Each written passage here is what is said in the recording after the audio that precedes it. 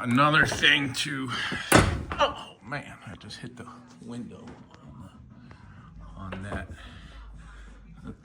Okay, another thing that I'm gonna do is, which I didn't do, was actually remove the shifter. I have a Hinson Motorsports shifter, and I don't know any difference what the, everybody recommends the MGW.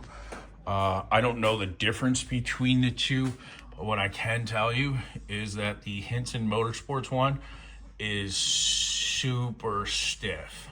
I've had it in there for, I don't know, I'd say maybe 2 years, although I haven't put much mileage on the car during that time. It is still super stiff. It is like anybody else that gets in the car. I'm used to it, but anybody else that gets in the car, it just thinks that the shifter doesn't work. That's how stiff it is, to give you an idea. I don't have anything else to compare it to, but the consensus in the Corvette club, I guess, everybody seems to go with the MGW.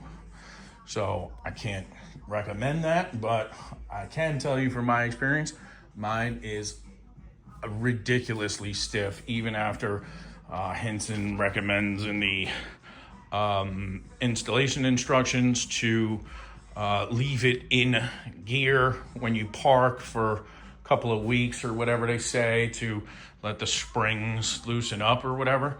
And I did all that, and I still do sometimes just by habit, but I really can't say that it's gotten any easier.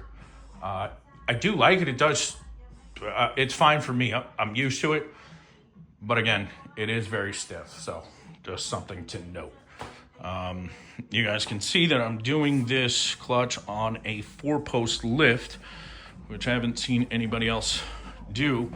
I've strapped the front wheels.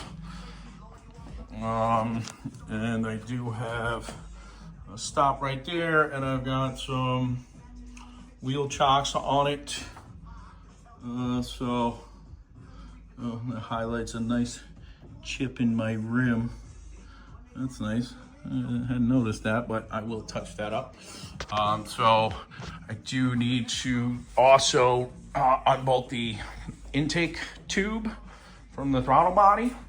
So I'm going to do that next and go to the upper control arm bolts.